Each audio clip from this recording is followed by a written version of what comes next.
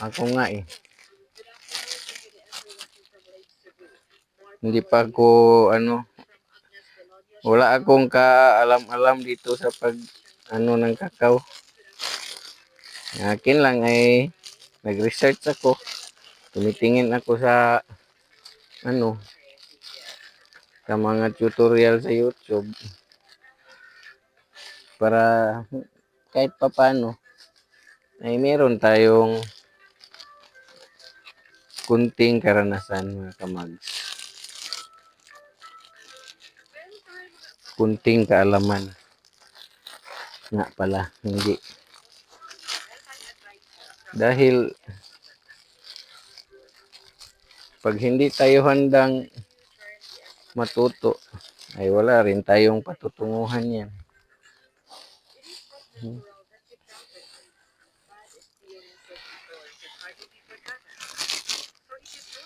Dito mga kamagsasaka ay sipag at tiyaga lang talaga. O nga pala mga kamagsasaka, ito nga palang kakao ay mahal ang kilo nito mga kamagsasaka. Sa kanyang mga buto, yung buto na natuyo na. Ready for process, nasa 400 na yata ang bawat kilo. Pero matagal rin ang pagkukulikta ng 1 kilo mga kamag, siguro mga nasa 10 hindi 10. Palagay na natin ang mga 20 piraso ng bunga. Bunga niya, 20 piraso siguro, baka aabot yan ng 1 kilo. Hindi pa ako sigurado mga kamag. Yun ay lang, rough estimate ko lang mga kamag.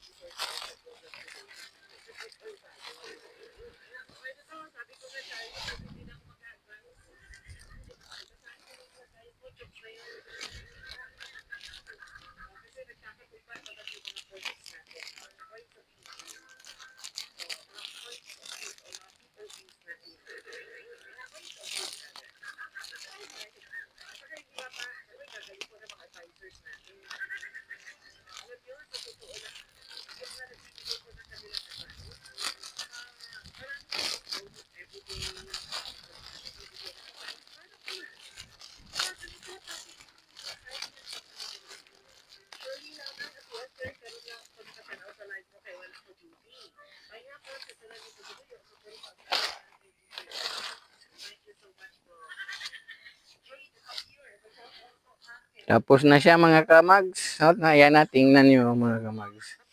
Yan, nabalot na natin. Yung mga maliliit. Yan, ng ganyan. Hindi pa natin binalot kasi maliit. Saka na yan pag malaki-laki na. So, yan mga kamags. Maraming salamat sa pagsubaybay ninyo. Isang like at isang share. Masaya na ho tayo dyan. Bilang suporta ninyo sa aming mga magsasaka. Bye-bye mga kamags.